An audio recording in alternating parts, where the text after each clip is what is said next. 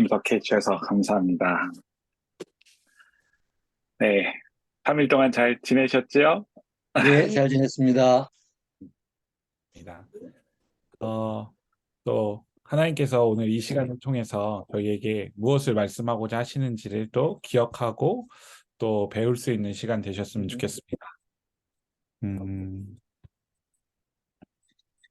네, 소리 들리시죠? 네, 잘 들립니다. 감사합니다. 제가 잠시 기도하고 시작하도록 하겠습니다. 기도하시겠습니다. 사랑과 은혜가 많으신 아버지 하나님 감사합니다. 언제나 부족한 저희들에게 하나님의 사랑과 은혜를 기억하게 하심에 감사드립니다. 창세전부터 우리를 사랑하신다 말씀하셨고 창세전부터 우리 주 예수 그리스도를 아버지 하나님 우리에게 보내시기 위하여 또 그 마음을 품고 우리에게 무한한 사랑을 보내주심에 감사드립니다. 그 사랑이 있었기에 오늘 이 시간을 우리가 살아갈 수 있음을 고백하오니 주님 우리가 예수 그리스도의 사랑을 기억하며 더욱더 주님과 함께 기쁨을 나누고 누리고 살아갈 수 있는 믿음의 자녀들 되게 하여 주시옵소서. 아버지 하나님 아멘. 오늘 이 시간을 통하여서 주님께서 주신 귀한 은혜를 기억하게 하시고 주님께서 주신 귀한 지혜를 알게 하여 주셔서 하나님의 말씀을 우리의 마음판에 새길 수 있는 귀한 시간 될 수 있도록 허락하여 주시옵소서. 우리 주 아멘. 예수 그리스도의 이름으로 기도드립니다. 아멘. 아멘. 네, 감사합니다. 이제 요한복음 성경 공부 두 번째 시간을 시작하고자 합니다. 요한과 함께 예수 찾기라는 책인데요. 혹시 어떠셨어요? 보시니까 조금 어떤 마음이 드셨는지 잠깐 나누고 시작하면 좋을 것 같은데. 어, 잘, 잘 봤습니다. 책 내용이 어렵지는 않으셨어요? 어려운 것 같지는 않았어요. 네. 어려운 것 같진 않으시고 네. 그래도 거기 질문을 이렇게 찾아서 써보시니까 조금 이제 책 내용이 조금 와닿는 부분들이 있으신가요? 어떠셨어요? 와닿는 부분도 있고 좀 대답하기가 조금 어떻게 대답하는 것이 좋을지 그렇게 망설여지는 질문도 있었고 그랬습니다. 어떤 게 혹시 가장 그러셨는지 여쭤봐도 될까요? 음,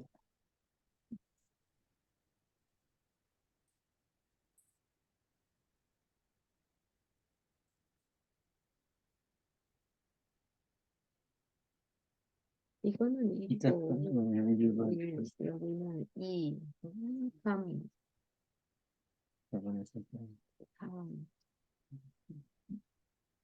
5, 아니, 4까지야. 5까지야. 다까지였어요. 잠깐만요. 네네. 제가 이제 그 전체적으로 한 번에 다 봤거든요. 문제는 다 보고 네네네. 했는데, 이제 어떤 결정을, 예를 들면은 48쪽에 보면은 2번 문제. 예. 두 제자 중 한 사람인 안드레는 형에게 예수를 누구라고 증언하는가? 네. 그래서 이제 그때 보면은 메시아라고 이제 그렇게 했는데 왜 네. 그랬느냐, 그 어떻게 이런 중대한 결정을 내릴 수 있었나 하는 이런 부분이 네. 대답하기가 조금 아, 쉽지 않은 것 같아. 네, 맞습니다. 이런 부분들이 분명히 쉽지 않은데 그 부분을 이제 저랑 또 오늘 이 시간을 통해서 또 어떻게 대답하면 좋을까? 김영국 목사님께서 왜 이러한 질문을 하셨을까에 대한 생각들을 저희가 이렇게 차근차근 쌓아가면 될 것 같아요. 그래서 네. 그럼 이게 시작 단계니까 하나씩 쌓아가면 좋을 것 같습니다. 저희가 지금 보고 계신 게 요한과 함께 예수 찾기라는 그 책이고요. 그리고 나서 이제 이번 주에 보는 게 인생의 세 가지 질문. 그래서 요한과 함께 예수 찾기를 위한 길라잡이라는 내용을 가지고 진행되어지고요. 데이 1은 성경이 증언하는 예수, 데이 2는 세례자 요한이 증언하는 예수, 데이 3는 우리 한 사람 한 사람을 아시는 예수, 데이 4는 삶 속에서 일하시는 예수 이렇게 되어져 있습니다. 그런데 아까 질문 속에서 저희가 나타났던 것처럼 왜 안드레는 형에게 메시아라고 이야기했을까라고 하는 질문이 오늘 궁극적으로 이제 우리가 대답해야 될 부분 중에 하나예요. 그래서 그 부분을 오늘 어떻게 그러면 찾아갈 수 있을지 요한과 함께 예수 찾기잖아요. 그래서 예수님을 어떻게 찾아갈 수 있는지를 우리가 이제 쌓아가는 시간을 보시면 좋을 것 같습니다. 그래서 이야기 하나 첫 번째 패러그래프를 시작하는 패러그래프에서요. 뭐라고 되어 있냐면 인생의 세 가지 질문이라고 되어져 있어요. 그래서 첫 번째 질문은 세상이 처음에 어떻게 존재하게 되었는가라는 것과 두 번째 질문은 세상이 그렇게 만들어질 줄 우리가 어떻게 알 수 있는가? 그리고 세 번째 질문은 그 진리와 예수가 무슨 관계가 있는가라는 내용을 그 첫 번째 패러그래프에서 이야기를 하고 있어요.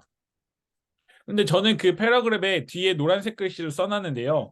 근원이라는 제목, 근원이라고 하는 것과 두 번째 질문에는 계시, 세 번째 질문에는 증언이라는 그 것으로 우리 인생의 세 가지 질문을 요약해서 이야기하고 싶은데요. 그 근원, 계시, 증언이라는 이 세 가지 질문이 우리에게 와닿는다면 결국에는 그 유물론과 유실론이라는 그 관점 속에서 요한복음을 통해 예수가 누구인가를 깊이 이해할 수 있는 우리들이 되어질 것이다 라고 저는 이야기하고 싶어요.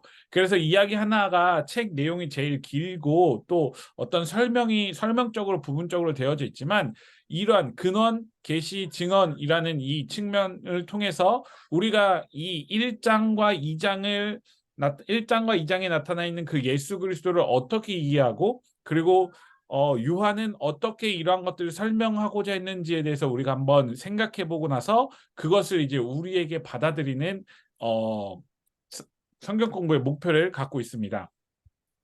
그래서 보시면 유물론과 유실론에 대해서 간략하게 김영국 목사님께서 이야기를 하시지만 유물론과 유실론 요 구분을 조금 잘 지으셨나요? 어떠셨어요? 괜찮으셨어요?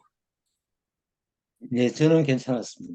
네. 그래서 저희가 유신론이라는 관점 속에서 모든 세상을 이해하기 시작한다면이라고 했을 때가 기독교적인 관점이에요. 그런데 이 기독교적인 관점으로 세상을 바라보면 당연히 하나님께서 지으신 것이고 당연히 하나님께서 이 모든 것을 창조하셨기 때문에 우리가 살고 있고 우리가 누리고 있고 우리가 볼 수 있는 모든 것들이 하나님께서 하신 것이다 라고 이야기하지만 과학자들은 그렇지 않다는 거예요. 세상 사람들은 교회를 다니지 않는 사람들은 그렇게 바라보지 않는다는 거예요. 그래서 이제 유물론적인 관점에 의해서 어떤 우연한 것에 의해서 무엇이 발생되어지지 않았을까라는 것이죠. 저 오늘 자료를 준비하다 보니까 어떤 내용을 보았냐면요.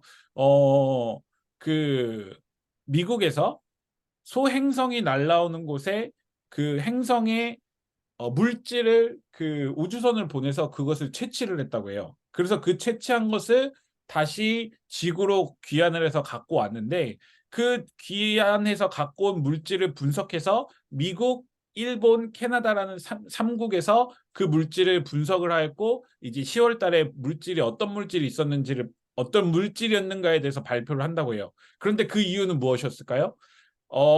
세상을 이루는 지구를 이루는 이 빅뱅 우주가 있는 이 우주의 근원을 어떻게 하면 밝혀볼 수 있을까라고 하는 것에 의해서 물질을 찾아 떠났고 그 물질이 어떤 것인가를 그들이 이제 연구하고 신적인 존재를 받아들이지 않기 위해서 그렇게 하고 있는 것이겠죠. 그래서 이제 아마 10월 달에 아마 나사에서 또 중대 발표 이렇게 하면서 이야기를 하지 않을까라고 생각합니다. 실제적으로 일본에서는 이미 다른 소행성의 물질을 채취해서 분석한 결과를 발표를 했고 그 분석한 결과에 의하면 이곳에는 어떤 단백질이 RNA에 어떤 단백질이 있다라는 것을 발표를 했다고 해요.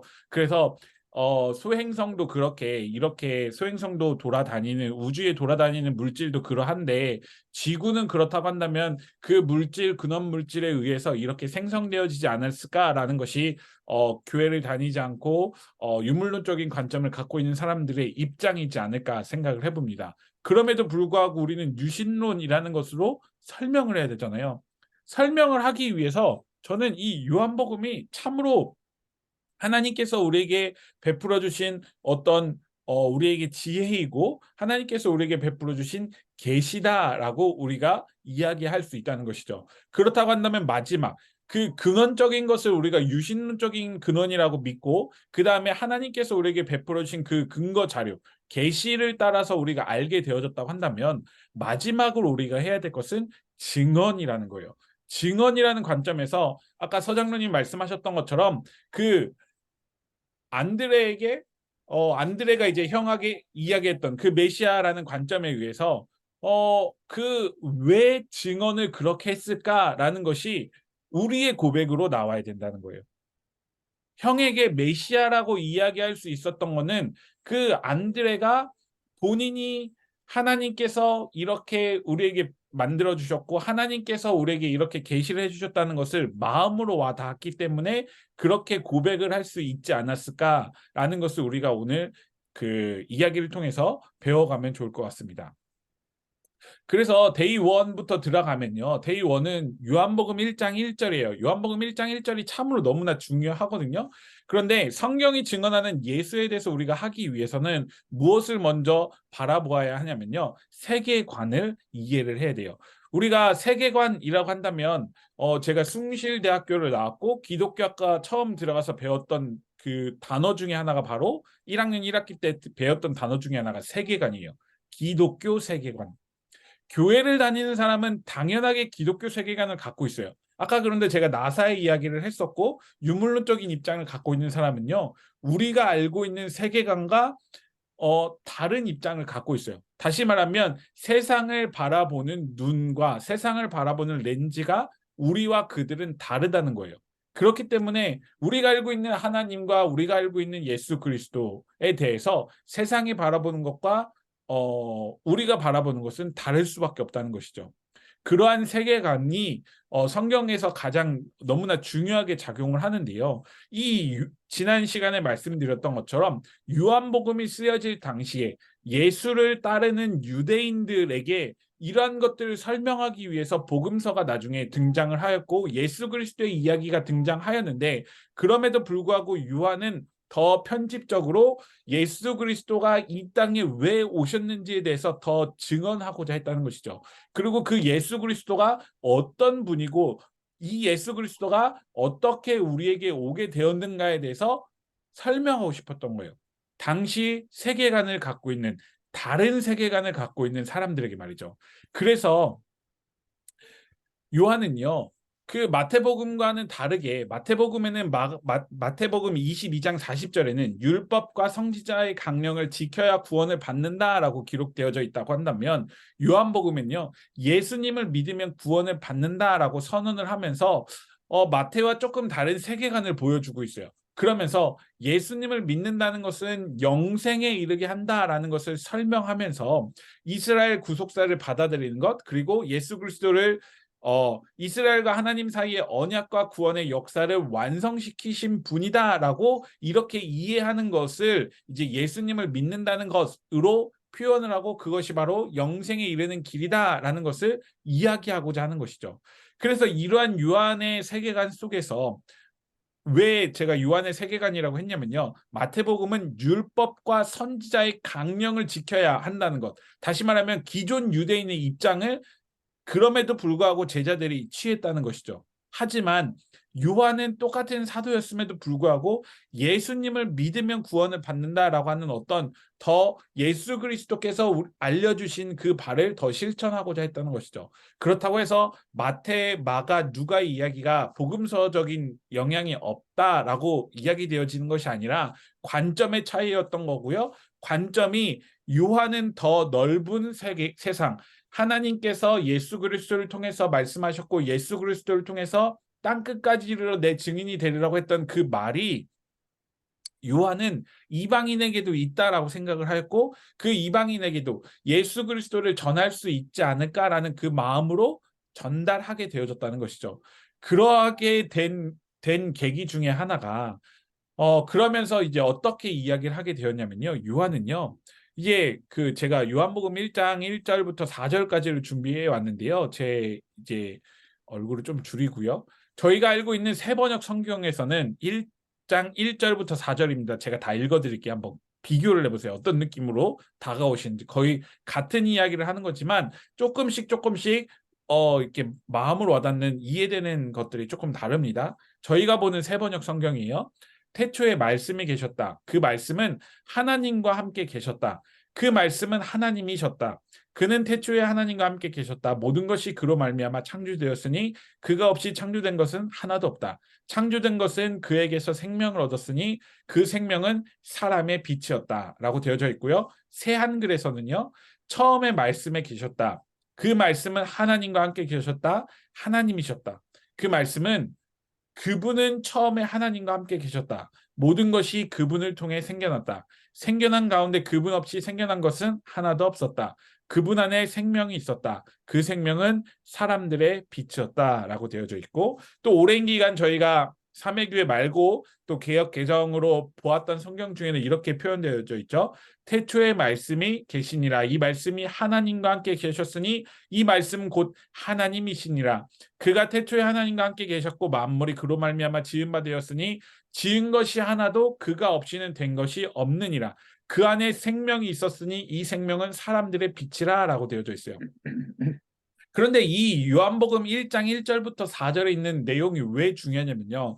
지난 시간에 제가 김혜건 교수님의 이야기를 통해서 그 요한복음 1장에서 창세기적인 이야기 그리고 출애굽적인 이야기가 표현되어져 있다라고 제가 잠깐 말씀드렸었는데요.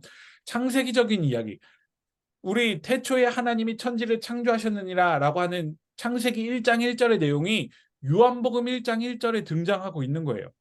태초에 하나님이 천지를 창조하셨느니라 라고 하는 그 시점에 말씀이 있었다라고 요한은 이야기를 하고 있어요. 다시 말하면 하나님께서 천지를 창조한 그 시점에 말씀이 있었다고 하는데, 여기서 말씀은 누구냐면요, 예수 그리스도라는 거예요. 다시 말하면 이방민들에게, 그리고 세계관적으로 그리스 로마 신화적인 헬라 철학을 갖고 있는 그들에게 신적인 존재를 설명하고 있는데, 사도 바울은 17장에서 사도행전 17장에서 예수 그리스도를 이야기하지 않고 하나님에 대해서만 아레오바고에 대해서 이 표현을 하고 있거든요. 근데 그 이유가 무엇이었냐면요, 헬라 철학을 갖고 있는 사람들에게는 신은 너무나 당연한 거였어요. 우리가 알고 있는 하나님은 아니지만 신은 너무나 당연하였는데, 그 신적인 존재의 최고봉이 바로 하나님이다라는 것을 사도 바울은 표현하기 위해서 예수 그리스도를 이야기하지 않은 채 사도 바울은 그 신적인 존재의 이야기를 하나님으로서 다 풀어내요. 사도행전 17장에서요. 그런데 그 사람들에게 요한은 더 나아가서 무엇을 말씀하냐면요, 무엇을 말하면요, 천지 창조하던 때가 있었고 그때 신이 있었는데 그 신이 있었을 때 예수 그리스도가 함께 있었다라고 이야기를 하는 거예요. 그런데 요한은 그 예수 그리스도가 있었던 그 시기, 죄송합니다, 창조가 되어졌던 그 시기 이전부터 예수 그리스도가 있다라고 표현을 하고 있는 거예요. 우리는 그리스도인이기 때문에 2000년이 지난 지식을 갖고 있는 우리이기 때문에 너무나 당연한 이야기지만, 예수 그리스도가 창조 시점 이전부터 존재했다라고 하는 너무나 명확한 이야기를 요한은 성경에 씀으로 인하여서 예수 그리스도의 신격을 더 높여 놓은 거예요. 그저 하나님께서 이스라엘 백성을 불쌍히 여겨서 예전과 같이 구원 창조하는 그 구원의 역사 속에서, 구원의 섭리 속에서 예수 그리스도를 보내준 것이 아니라, 2000년 전에 예수 그리스도를 보내준 것이 아니라 예수님은 언제서부터? 창조 이전부터 계셨다라고 하면서 그의 신격을 높여버린 거예요. 그러면서 표현하기를, 새한글 성경에 보세요. 처음에 말씀이 계셨다. 그 말씀은 하나님과 함께 계셨다. 가운데입니다. 하나님이셨다. 그 말씀은 하나님이셨다. 그분은 처음에 하나님과 함께 계셨다. 모든 것이 그분을 통해 생겨났다라고 하면서 예수 그리스도가 하나님과 함께 사역을 하고 삼위일체적인 이야기를 성경에서 풀어내고 있는 거예요. 그런데 놀라운 사실은 무엇이냐면요, 요한복음만큼, 나중에 저희가 이제 뒷강의에서 배우겠지만 요한복음만큼 성령에 대해서 강조한 책이 없어요.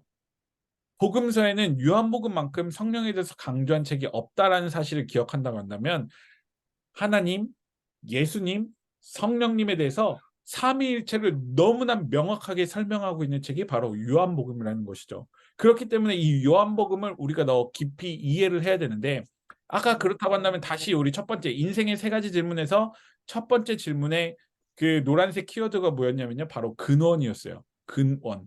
그렇다고 한다면 이방민들에게, 그리고 헬라 철학을 가진 사람들에게, 그리고 예수님을 알지 못하는 유대인들에게 근원을 설명하는 가장 중요한 핵심 키워드가 1장 1절부터 4절에 분명하게 등장하고 있다는 것입니다.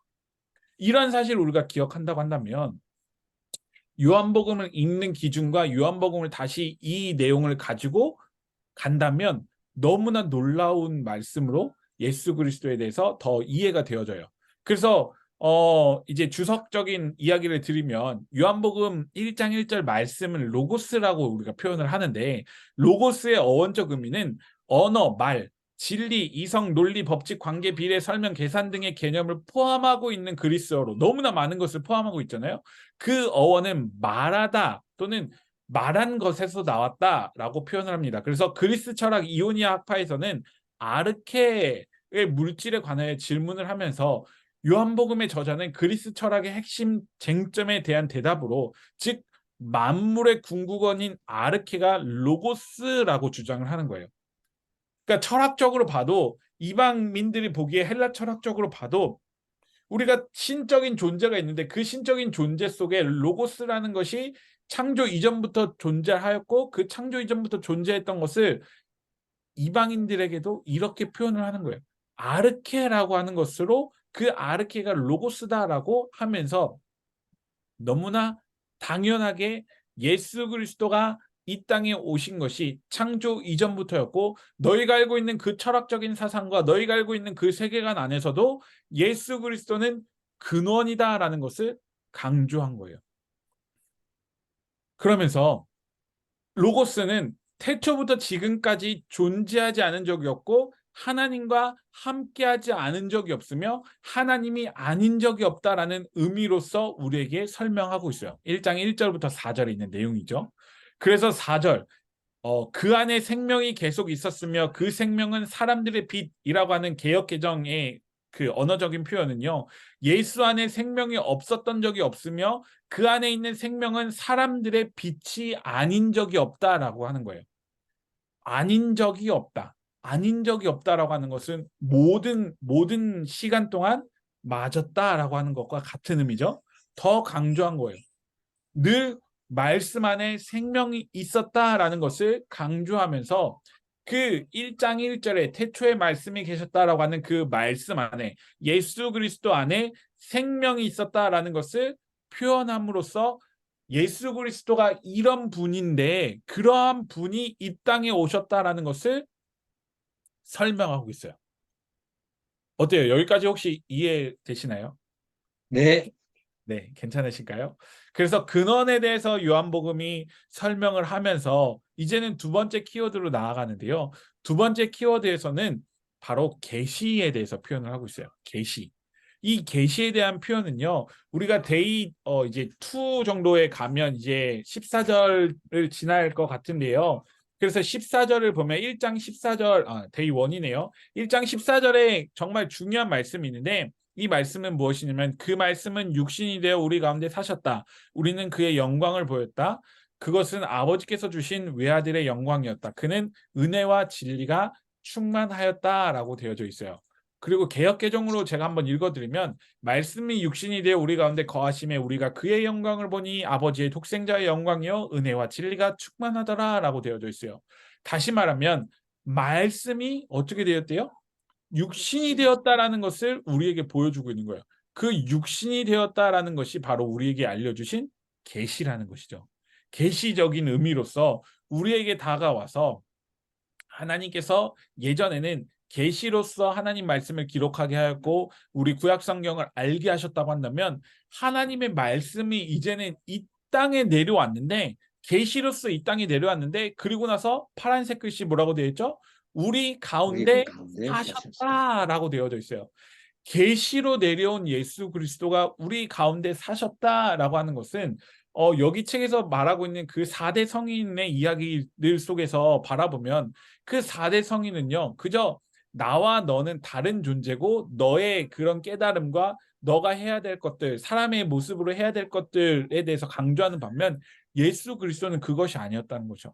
신이었던 존재가 이 땅에 와서 그 온 것만으로 끝난 것이 아니라 그분이 우리 가운데 사심으로 인해서 그분 스스로를 증명하셨다는 거예요. 그래서 그분 스스로 증명하신 그분을 바라보며 요한은 우리는 그의 영광을 보았다. 그것은 아버지께서 주신 외아들의 영광이었다. 그는 은혜와 진리가 충만하였다라고 고백을 하는 거예요. 이거는 사도 요한의 고백인 거예요. 은혜와 진리가 충만하였다.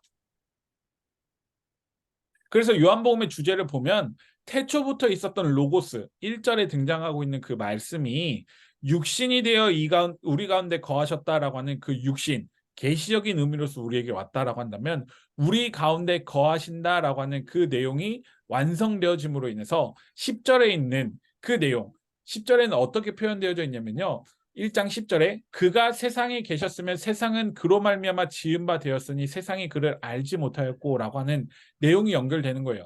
1장 14절에 있는 내용이 요한복음 1장 1절, 1장 4절, 1장 10절에 있는 내용으로 착착착 정리가 되어져 있어요. 그래서 1장 14절이 요한복음의 중심 주제로서 우리에게 다가올 수 있다는 것이죠. 다시 말하면 우리가 요한복음 3장 16절을 이제 나중에 할 텐데요.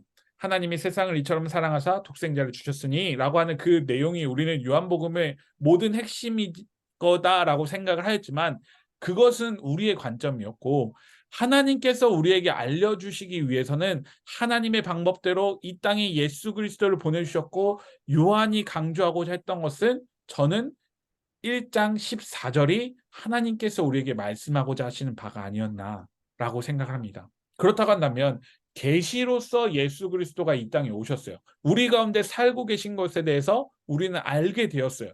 그래서 요한은 은혜와 진리가 충만하였다라고 고백을 해요. 그렇다고 한다면 우리는 어떤 고백을 해야 하는 것일까요? 이제 보면 증언에 대해서 이제 우리가 할 필요가 있는데요. 증언이에요. 1장 19절에 우리가 데이 2로 넘어가면 이렇게 표현을 합니다. 유대 사람들이 예루살렘에서 제사장들과 레위 지파 사람들을 요한에게 보내어 당신은 누구요? 하고 물어보게 하였다. 그때 요한의 증언은 이러하였다. 라고 표현하고 있어요. 그러면서 요한은 이렇게 표현합니다. 세례자 요한이죠. 여기서 말하고 있는 요한은 사도 요한과는 다르죠. 세례자 요한의 증언은 뭐라고 표현하냐면요. 광야에 외치는 자의 소리가 있어 그리스도의 오심을 준비한다라고 표현을 하고 있고요. 세상 죄를 지고 가는 하나님의 어린 양이다라고 표현합니다. 그래서 그 하나님의 어린 양은 성령이 머물러 있는 이라고 표현을 하면서 34절에 무엇이라고 다시 한번 최종적으로 고백을 하면요. 데이 2 마지막 성경에 보면요. 그런데 나는 그것을 보았습니다. 그래서 나는 이분이 하나님의 아들이라고 증언하였습니다. 라고 되어져 있습니다. 이거는 세례자 요한의 증언이었어요.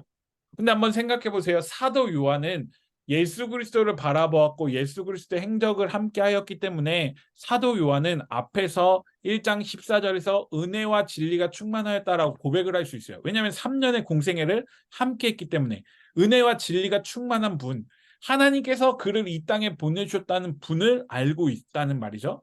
그렇기 때문에 사도 요한은 그렇게 은혜와 진리가 충만하다라고 표현할 수 있는데 세례자 요한은 어떻게 예수 그리스도의 오심을 준비하고 세상 죄를 지고 가는 하나님의 어린 양인 것을 알게 되었을까요? 이는 세례자 요한이 그 예수 그리스도가 정말 참 하나님의 아들인 것을 알았기 때문에 하나님의 아들인 것을 정말 마음으로 와닿고 정말 하나님의 선지자로서 그 예수 그리스도 오시기 이전에 마지막 선지자로서 그리스도 오심을 준비하기 위한 그 과정이었기 때문에 세례자 요한은 감히 그렇게 증언을 하게 되어진 것이죠.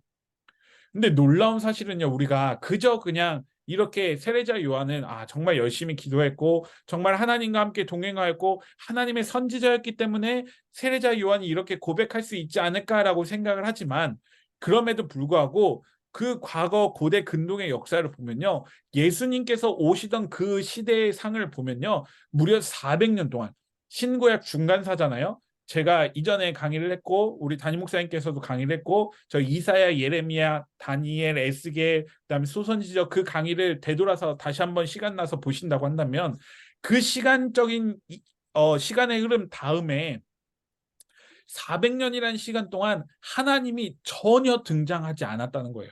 하나님은 단 한 번도 등장하지 않은 그 속에서 아무것도 없는 암흑기라고 불리는 그 속에서 세례자 요한은 그리스도의 오심을 준비해야지라고 하면서 그 마음을 다해 하나님을 바라보고 하나님께서 주시는 그 마음을 품고 예수 그리스도가 오셨을 때 예수님을 영접할 수 있었던 거예요. 예수님을 마음으로, 정말 그분이 성령으로 머물러 있다라고 고백할 수 있는 사람이었어요. 그리고 더 놀라운 사실은 세례자 요한과 예수님의 그 차이가 얼마나 나죠? 탄생이 얼마나 차이 나죠? 바로 6개월, 6개월밖에 차이가 나지 않아요. 그 6개월밖에 차이가 나지 않는데 어떻게 예수님을 알고 그 예수님을 내 다음에 오실 분이다, 정말 그리스도시다, 임마누엘, 하나님의 아들이다라고 하는 것을 어떻게 그렇게 표현할 수 있었을까요? 그것은 세례자 요한이었기 때문에 가능한 일이지 않았을까라고 생각을 해봅니다. 그런데 우리도 이렇게 세례자 요한처럼 예수 그리스도를 고백할 수 있는 사람이 되어야 하는 거예요. 예수 네. 그리스도를 고백할 수 있는 사람, 바로 증언하는 사람이 되어야 하는 것이 오늘 챕터의 목표인 거예요. 그렇게 한다면 바로 근원, 그리고 계시, 마지막 증언, 이렇게 되어지는데요. 그래서 요한복음 2장 11절로 넘어가면요, 이런 표현이 있는데요. 예수께서 이번 표징을 갈릴리 가나에서 행하여 자기의 영광을 드러내시니 그의 제자들이 그를, 아이고 2장 넘어갔나요? 죄송합니다. 2장 넘어갔어요. 죄송합니다. 38절을 먼저 보시면요. 38절에 예수께서 돌아서서 그들이 따라오는 것을 보시고 물으셨다. 데이 3죠. 38절에 보면 너희는 무엇을 찾고 있느냐라고 예수님께서 물어보세요. 해야 되는 사람들에게 예수님은 친히 물어보시는 거예요. 그리고 제자들 사람들에게 물어보세요. 너희는 무엇을 찾고 있느냐? 400년 동안 이스라엘 백성들은 그리스도를 기다렸어요. 그리고 지금도 이스라엘 전쟁 중이지만 지금도 유대인들은 기다리고 있어요. 그런 그들에게 예수님이 친히 오셔서 너희는 무엇을 찾고 있느냐라고 하면서 43절에 나를 따라오너라 라고 이야기하십니다. 너희가 찾고 있는 것을 내가 알려줄 터이니 너희는 나를 따르면 돼 라고 하는 그 말에 혹시 우리들은 따라갈 수 있을까요? 감히? 지금 우리가 교회를 다니고 있어요. 지금 예수 그리스도의 다시 오심을 기다리고 있어요. 그런데 어떤 사람이 갑자기 나타났어요. 그 사람이 나타나서 우리에게 너희는 무엇을 찾고 있느냐? 바로 나를 찾고 있지 않았느냐? 그렇다고 한다면 나를 따라오라 라고 했을 때 어떠세요? 따라가실 수 있겠어요? 못 따라가요. 쉽지 않죠. 저 사람 이단 아니야? 이단 아니야 라고 하면 우리는 배척할 수밖에 없는 상황이 오지 않을까? 그런데 정말 우리가 하나님께 기도하고 세례자 요한처럼 예수 그리스도의 오심을 정말 간절히 준비했다고 한다면, 다시 오실 예수 그리스도를 마음으로 준비했다고 한다면 예수님을 찾을 수 있어야 하지만, 저 역시도 부끄럽게도 예수님께서 이 땅에 다시 오셨을 때 사람의 모습으로 오셨다고 했을 때 우리가 그 예수님을 바라보고 따라갈 수 있을까라고 하는 거기에는 정말 쉽게 대답할 수 없을 것 같아요. 그럼에도 불구하고 예수님께서는 분명히 너희가 무엇을 찾느냐? 나를 따라오라 라고 하면서 계속적으로 말씀하실 것 같아요. 내가 바로 너희가 찾는 예수 그리스도야. 너희가 아는 예수 그리스도야. 하나님의 아들 예수 그리스도야 라고 예수님께서는 분명하게 우리에게 말씀하신다는 것이죠. 그런데 그럼에도 불구하고 그리스도인이 된 우리는요, 예수님 앞에 찾고자 하는 것이 무엇일까라고 하는 것들 우리는 바라보아야 해요. 요한복음 1장 38절에 예수님께서 너희는 무엇을 찾고 있느냐라고 묻는 그 질문에 제자들은 무엇을 이야기를 했을까요? 예루살렘에 있었던, 그리고 예수 그리스도를 기다렸던 많은 사람들은 무엇이었을까요? 무엇이라고 이야기를 했을까요? 메시아. 메시아입니다라고 했는데 그 메시아가 무엇을 하기를 원했을까요? 더 근본적으로 들어가야 돼요. 메시아는 너무나 당연한 질문이었고 이스라엘 백성들에게는. 자기들을 로마의 핍박에서 구원해 줄 사람. 그렇죠. 너무 정답입니다. 로마의 핍박에서 구원해 줄 사람인데 그것을 정치적으로, 그 다음에 어떤 경제적으로, 그들의 어떤 그 문화적으로, 그 모든 것들을 거대 제국이었던 로마로부터 우리를 구원해 줄 일을 찾는 것이 바로 그 당시 이스라엘 백성들의 요청이었고 찾고자 하는 것이었어요. 그런데 예수님께서 너희는 무엇을 찾고 있느냐라는 그 질문 속에 그 이스라엘 백성들이 찾는 것과 예수님이 찾는 것이 같았을까요? 달랐습니다. 제가 여기 동상이몽이라고 써놨는데요. 저는 음. 달랐을 것이라고 생각을 합니다.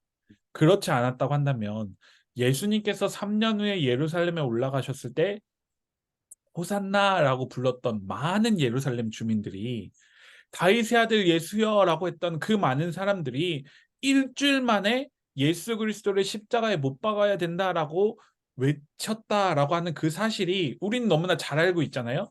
그런데 그 사실 때문에 이스라엘 백성들이 예수를 찾았던 것과 예수님께서 제자들을 찾았던 그 질문은 너무나 달랐다는 것이죠.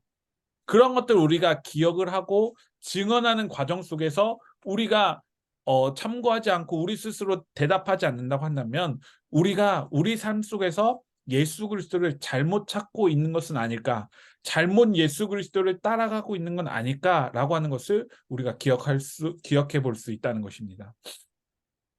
그래서 너희는 무엇을 찾고 있느냐라고 하는 그 질문에 나는 오늘 이 시간 예수 그리스도를 어떻게 찾고 있었는지, 내가 왜 예수 그리스도를 찾고 있었고 그 예수 그리스도께서 나를 오너라라고 하는 그 말에 내가 어떻게 예수 그리스도를 따라가고 있었는지에 대해서 우리 스스로 질문해보고 거기에 대답을 할 필요가 있다는 것입니다. 그래서 1장 35절부터 51절에 등장하고 있는 제자들과 예수님이 원하는 답이 달랐고요. 그래서 이제 마지막 이제 데이 4로 넘어가면 데이 4로 넘어가면 2장 11절에 이렇게 표현합니다. 예수께서 이 첫 번 표징을 갈릴리 가나에서 행하여 자기의 영광을 드러내시니 그의 제자들이 그를 믿게 되었다라고 하면서 제자들이 믿는 과정을 표현하고 있어요. 나를 따르라라고 했는데 그 다음에 그 당장 등장한 것이 무엇이냐면요. 요한의 이야기 속에서는 바로 첫 번째 기적이었어요. 나를 따라오너라 라고 하면서 예수님께서 제자들에게 말하고자 했던 것은 첫 번째 기적이었어요. 그 예수 그리스도의 힘을 나타내는 7가지 기적 중에 첫 번째 기적을 보여줌으로 인해서 예수님이 내가 하나님의 아들이야 라고 하는 것을 강조하고 있었다는 것입니다. 그런데 그 강조하고 있었던 것들 중에서 예수님께서는요 너무나 불친절하세요. 사실은 불친절하신데 보면 이야기 내용을 보면요 잔치를 맡은 이는 알지 못했어요. 어머니는 예수 그리스도의 말을 무조건 따라라라고 하는 그 내용이 있었지만 잔치를 주관하는 이는 알지 못했어요. 물이 변하여 포도주가 되었다라는 것을 알지 못했는데 물을 떠온 일꾼들은 알았어요. 9절에 보시면 2장 9절에 보면요. 그런데 한번 생각해 보시고 상상해 보세요. 어떤 이가 나를 따라오라라고 이야기를 했어요. 그리고 기적이 한 번도 나타나지 않았어요. 그런 그가 갑자기 우리에게 포도주통에 물을 부으라고 해요. 한번 요청을 하셨다고 생각을 해보세요. 교우님들께. 요청을 했을 때 과연 그 명령을 우리가 실행할 수 있는가라는 것이죠. 그 명령을 어떻게 실행할 수 있는가라는 거예요. 그 명령을 우리가 어떤 마음을 가지고 실행할 수 있을까? 의심? 어려움? 불편함? 왜 이런 것들을 해야 되지? 요새 이제 젊은 친구들 사이에 뭐 MBTI라는 것을 그 이야기를 합니다. 그래서 T야, 너 T야 아니면 너 F야라고 표현을 하는데 여기서 말하는 이제 T는 어떤 이렇게 판단을 하고 어떤 정말 알고 있는 사실을 통해서 그냥 그 사실만을 이야기하고 그것을 통해서 이제 생각하는 사람들을 이제 T라고 표현을 하고요. F는 이제 어떤 그 감정적으로 그 사람들을 좀 배려하고 그 사람들과 어떤 마음의 커뮤니케이션을 생각하는 사람은 F적인 사람이다라고 이야기를 하는데 근데 예수님께서 명령하신 것을 바라볼 때 T라는 생각을 가진 사람들은 어떤 사실관계 속에서 판단할 사람들은 예수님이 명령하셨을 때 과연 그 명령을 실행할 수 있을까요? 어떻게 이게 물이 변화해 포도주가 되지? 제가 지금 이 컵을 들고 있는데 여기 컵이 안 보이죠? 컵을 들고 있는데 이 컵에 물을 가득 부었을 때 이 물이 포도주가 되어진다라는 생각을 T라는 생각을 가진 사람들은 절대 공감을 하지 못하는 것이죠.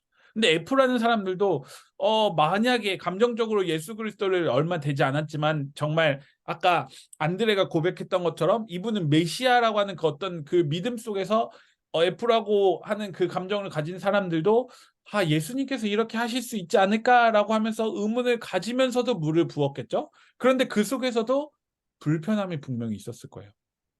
근데 성경의 이야기를 볼 때는 예수님께서 이런 기적을 일으켰어. 그냥 여기서 가나안 물이 변화의 포도주가 되었어라고 그냥 끝나는 것이 아니라 이 상황이 우리의 상황이 되었다라고 한번 생각을 해보세요. 근원적이고 계시적이고 증언을 할 수 있는 옛 사도 세례자 요한을 통해서 알려주셨고 메시아라는 것을 우리가 알았지만 그럼에도 불구하고 예수님을 따라다니면서 이해할 수 없는 일을 예수님이 시켰을 때, 우리가 알지 못하는 일을 시켰을 때 우리가 과연 어떻게 행동할 수 있을까? 라고 하는 것이 바로 우리가 성경 공부를 통해서 그리고 요한복음을 읽어 나가면서 우리의 믿음의 고백이 되어야 한다는 것입니다. 저는 이제 설교를 하면서 저는 사실은 당연히 알고 있는 내용들을 많이 전달할 때가 있어요. 성경적인 내용들을 전달할 때가 있는데 그 성경적인 내용들을 전달하면서 무엇을 말씀드리고 싶냐면요. 이제 요한복음에서 계속적으로 제가 이야기할 거지만 너무나 당연하게 우리는 알고 있어요. 3인칭 전지적 작가 시점으로 이 가나안의 가나의 혼인잔치 속에서 물이 변화의 포도주가 된다는 사실을 너무나 잘 알고 있어요. 우리도 마치 할 수 있을 것처럼 생각이 돼요. 우리는 믿음을 가진 사람이기 때문에 라고 그리스도인들이 생각하지만 저는 세상 끝날까지 결코 그렇지 않다라고 생각합니다. 세상 끝날까지 예수 그리스도께서 우리에게 말씀하시는 바를 우리가 늘 경계하고 늘 그것이 무엇인지, 하나님께서 오늘 우리의 삶을 통하여서 무엇을 말씀하고자 하시는지, 무엇을 감사하게 하셨는지, 그 성경을 통하여서 우리가 어떤 것을 깨닫게 하시는지 그것을 늘 마음속에서 리마인드하고 그것을 깨달아야지만 하나님께서 오늘 우리의 삶에서 무엇을 보여주는 것이지, 당연히 예수님께서 이전에 이러한 것들을 우리의 삶을 통해서 이전의 선배들에게 알려주셨으니 이전에 2000년 동안 이러한 일들이 있었으니까 그러한 것들이 오늘 나에게도 일어난 일이야라고 말하는 것이 어떻게 보면 그리스도인으로서 우리의 어떤 교만과 우리의 높아짐으로 될 수밖에 없는 이야기라는 것이죠. 마찬가지입니다.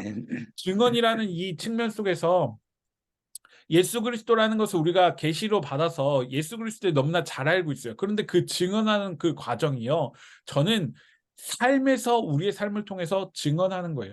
제가 지지난번 설교 때 리어카를 끌고 가는 사람들 우산 씌워줬던 그 여자분 말씀드렸었죠. 그러면서 그분이 고백했던 것이 무엇이었냐면 하나님을 믿는 사람이었기 때문에 당연한 일을 한 것이에요 라고 말씀드렸던 것이 우리의 삶에서 너무나 당연하게 되어야 되는 거예요. 저도 너무나 부끄럽고 그 삶으로 살아가면서 오늘을 살아가면서 나는 그리스도인이기 때문에 이것으로 끝난 거야 라고 하는 그것보다는 그리스도인이기 때문에 좀 더 나아가야지, 그리스도인이기 때문에 세상에 나아가야지 라고 생각을 해야 되지 않을까 생각을 합니다. 그래서 이제 PPT가 여기까지고요. 그 다음 주일은 이제 데이 5부터 요한복음 2장 13절부터 이야기 2 데이 6, 데이 7, 데이 8까지입니다. 그래서 책으로 따지면 조금 이제 97페이지까지 되어질 텐데요. 그 내용을 보면서 질문을 해보시면은 김영국 목사님이 아까 우리 서장님이 여쭤봤던 것처럼 왜 그렇게 안드레는 형에게 예수를 누구라고 증언하였는가? 왜 이렇게 중대한 결정을 내릴 수 있었을까라고 하는 말도 안 되는 질문이 여기 들어있잖아요. 그 질문을 한번 오늘 제가 강의했던 내용을 생각하면서 조금 이렇게 더 대답을 생각해서 기록하셨으면 조금 더 성경에 있는 인물들이 어떻게 예수 그리스도를 기억하고 알아가게 되고 그 속에서 예수님을 찾고 있는지에 대해서 우리가 이 시간을 통해서 배울 수 있지 않을까라고 생각을 합니다. 그래서 오늘 강의는 여기까지 준비를 했는데요. 어떠셨어요? 조금 말이 제가 조금 빠르긴 하지만 그럼에도 이렇게 한 번씩 보셨으면 좋겠고요. 이 강의는 유튜브에 제가 또 올릴 텐데요. 나중에 또 궁금한 내용이 있으면 올라가셔서 보시면 좋을 것 같습니다. 혹시 들으시면서 궁금했던 내용이나 아니면 오늘 들으면서 어떤 생각이 드셨는지 잠깐 나누고 이제 마무리를 하면 좋을 것 같은데요. 저는 그 아까 말씀하신 내용 중에서 그 물을 그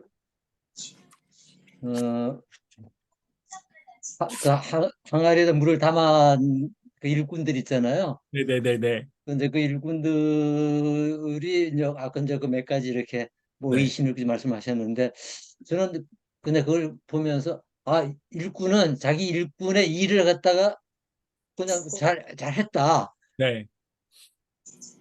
저 그렇게 생각을 하면 어떨까? 그 아, 생각 좀 해봤어요. 네, 맞아요. 그 일꾼은 정말 맡겨진 일에 정말 최선을 다했고, 정말 예, 충성된 일꾼이 되어지지 않았을까라는 예, 말씀을 해주셨는데, 그렇기까지 정말 쉽지 않지 않을까라는 생각을 저 역시 마찬가지로 합니다. 충성된 일꾼이 과연 쉬운 일일까라고 했을 때는 결코 쉽지 않다. 네, 결코 쉽지 않은 것이 아닐까라고 예, 하면서 예, 그러면서 또 한 가지는 충성된 일꾼이 되지 않았다라고 하는 그 마음 속에, 늘 하나님께 죄송하고 하나님께 용서를 구할 때가 참으로 많이 있는데, 어떤 목사님께서 저에게 이렇게 말씀을 하시더라고요. 목회적인 마음으로 이러한 질문을 갖고 있고 이러한 대답을 찾기를 원하고 있는데라고 할 때 그 목사님께서 저에게 이런 말씀을 하셨는데 무엇이냐면 너무 자책하지 않아도 된다고 말씀을 하시더라고요. 그러니까 다시 말하면 우리의 목표점은 그 아까 물을 부었던 그 충성된 일꾼이 되어야 하는 게 목표고 그러한 삶을 살아가야 되는 게 목표인데 우리는 부족하기 때문에 그러한 과정을 밟아가는 것이잖아요. 그렇기 때문에 또 오늘의 삶이 또 내일의 그 미래적인 우리의 삶이 또 하나님과 함께 이런 것을 오늘은 완성해 나갔구나 이런 것을 채워가는구나라고 하는 어떤 기쁨이 있을 거고 그 충성된 일꾼으로 되기 위한 어떤 과정을 우리가 걸어가고 있지 않을까 네 생각을 합니다. 네 아멘. 감사합니다. 이길자 교수님 어떠셨어요? 괜찮으셨나요? 네. 저는 굉장히 오래전에 네.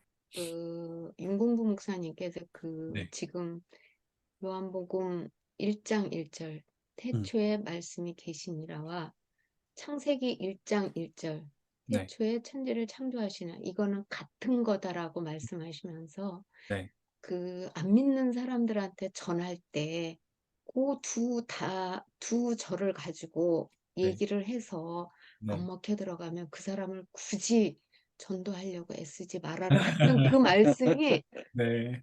지금 이거 공부하면서 이 말씀이 그리고 그 부분을 그 체계적으로 이렇게 세 개의 성경으로 보여주신 걸 보면서 네.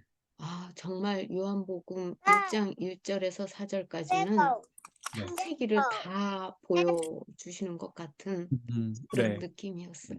네. 우리가 그 아까 말씀하셨던 것처럼 아까 윤 목사님이라고 네. 말씀하셨는데 사실은 저희가 요한복음 읽을 때 창세기 그 같이 이야기하시는 분이 생각보다 많이 없으셨어요 과거에는. 그런데 이제 점점 더 많아지시고 요한복음이 이 창세기랑 연결되어져 있구나라고 하는 것들을 많이 이야기를 하시는데 그러면서 이제 그냥 요한복음만 읽었을 때는 그냥 태초에 말씀 예수 그리스도가 있었구나라고 하는 그냥 어떤 의미적으로만 우리가 훅 하고 넘어갈 수 있었는데 그걸 이제 또 연결지어서 생각을 하다 보면 정말 하나님께서 이 땅에 예수 그리스도를 그냥 보내주신 게 아니구나. 정말 태초 이전부터 계획하셨고 정말 우리를 위해서 그분의 사랑을 표현하셨구나라고 하는 것을 우리가 더 깊이 깨달을 수 있지 않을까라는 생각이 또 너무 많이 드는 요한복음 1장 1절이 아닐까, 1장이지 않을까 생각이 됩니다. 네, 또 어떠십니까? 또 저희 지금 시끄러울 텐데 말을 하실 수 있을까요? 네, 마이크 켜놨습니다. 들리시나요? 네, 네, 네네. 들려요. 저는 이번 시간을 통해서 요한복음 1장 38절에서 예수님께서 너희는 무엇을 찾고 있느냐라는 질문하신 이 부분이 큰 울림이 되었어요. 저희가 삶을 살아갈 때 예수님께서 찾고 있는 방향을 같이 바라볼 수 있는 그런 하나님의 자녀가 되어야겠다라는 이런 걸 깨닫게 되어서 좀 예수님께 감사하기도 하면서 저의 모든 걸 알고 계시니까 좀 죄송스럽기도 하고 제가 찾고 있는 걸 아실 테니까 네 그런 약간 뭔가 다 들킨 그런 기분이라 네, 좀 그런 마음이 들었습니다. 네, 감사합니다. 네. 그래서 예수님이 찾고자 하는 것이 우리가 찾고자 하는 것이 되어질 수 있도록 우리의 삶을 또 살아가는 게 우리의 삶의 목표가 되어지지 않을까 생각을 합니다. 그래서 아멘. 네, 그래서 저는 그것이 우리가 세상 끝날까지 우리가 그 살아가야 될 삶의 목표이고 이유지 않을까라고 생각을 합니다. 지금 이 순간 내가 그리스도인이 되었다고 끝난 것이 아니라고 생각을 하고요. 제가 전 교회 이제 전임 전도사로 이제 처음 나갔을 때 첫 번째 신방을 했던 분이 바로 100세, 99세 어떤 어르신들 신방이었거든요. 근데 그분들이 정말 그 마음을 다해서 정말 하나님을 찾고 하나님께 예배하려고 하는 그 모습 속에서 정말 우리가 목표로 해야 될 것은 세상 끝날까지 예수 그리스도를 찾고 정말 그 삶으로 그 모습을 자녀들에게 보여주어야 되는구나라고 하는 것을 그때 더 많이 깨달았던 것 같아요. 그래서 우리가 지금 당장 나는 그리스도인이야. 그래서 제가 지난주 설교에서도 내가 오늘 이렇게 살아가서 나는 정말 참 부끄럽지 않은 그리스도인이요라고 말하는 것도 분명 좋은 것이지만 그럼에도 불구하고 정말 예수님께서 나를 오늘 왜 그리스도인으로 살아가게 했고 왜 하나님을 더 알게 하셨고 오늘도 왜 성경 말씀을 읽게 하셨는지 그를 통해서 왜 내가 깨닫게 하셨는지를 더 깊이 묵상하면 오늘 주시는 은혜가 어제 주신 은혜와는 또 다른 은혜로 우리의 삶에 찾아오지 않을까라는 생각이 있습니다. 그래서 그 삶을 늘 기억하시고 또 삶의 자리를 살아갈 수 있는 또 저와 여러분들 되셨으면 좋겠습니다. 감사합니다. 아멘. 오늘 감사합니다. 네, 또 한 50분 정도 되었는데요. 시간 또 참석해 주셔서 너무 감사드리고요. 또 한 주간도 하나님께서 함께 하시는 삶을 살아갈 수 있기를 간절히 소망합니다. 아멘. 감사드립니다. 네, 이것으로 모든 강의 마치도록 하겠습니다. 감사드립니다. 예, 감사합니다. 어, 감사합니다. 네, 안녕하세요. 감사합니다.